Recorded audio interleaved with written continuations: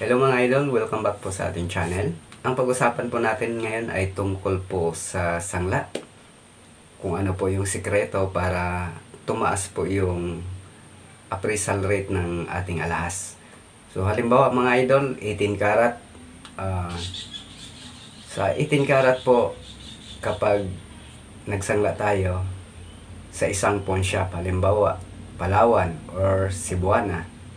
So, kapag nagdala po tayo ng 18 karat na luma versus bago, so magkaiba po yung per gram.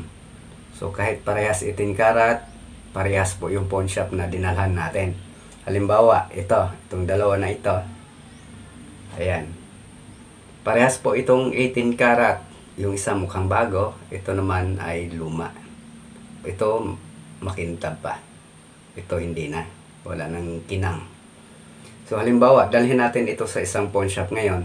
So kapag pinatingnan natin ito, iba po yung rate nila dito per gram. Iba rin po yung rate nila dito per gram. So ang luma, mas mababa. Yung mukhang bago ay mas mataas. Nasubukan ko na po ito ng ilang beses. Nagsangla po ako ng luma, mas mababa po ang rate talaga. Sa iba't ibang pawn shop po yun mga idol, sinubukan ko sa Palawan, sa M. Loelier, sa Cebuana. So ganun po talaga, kapag mukhang luma, mas mababa yung rate. Kapag mukhang bago, mas mataas po yung rate. So yun po yung sikreto mga idol, kailangan mukhang bago po yung alahas natin para mas mataas po yung appraisal rate or mataas po yung per gram. So yun lang mga idol, maraming salamat. God bless.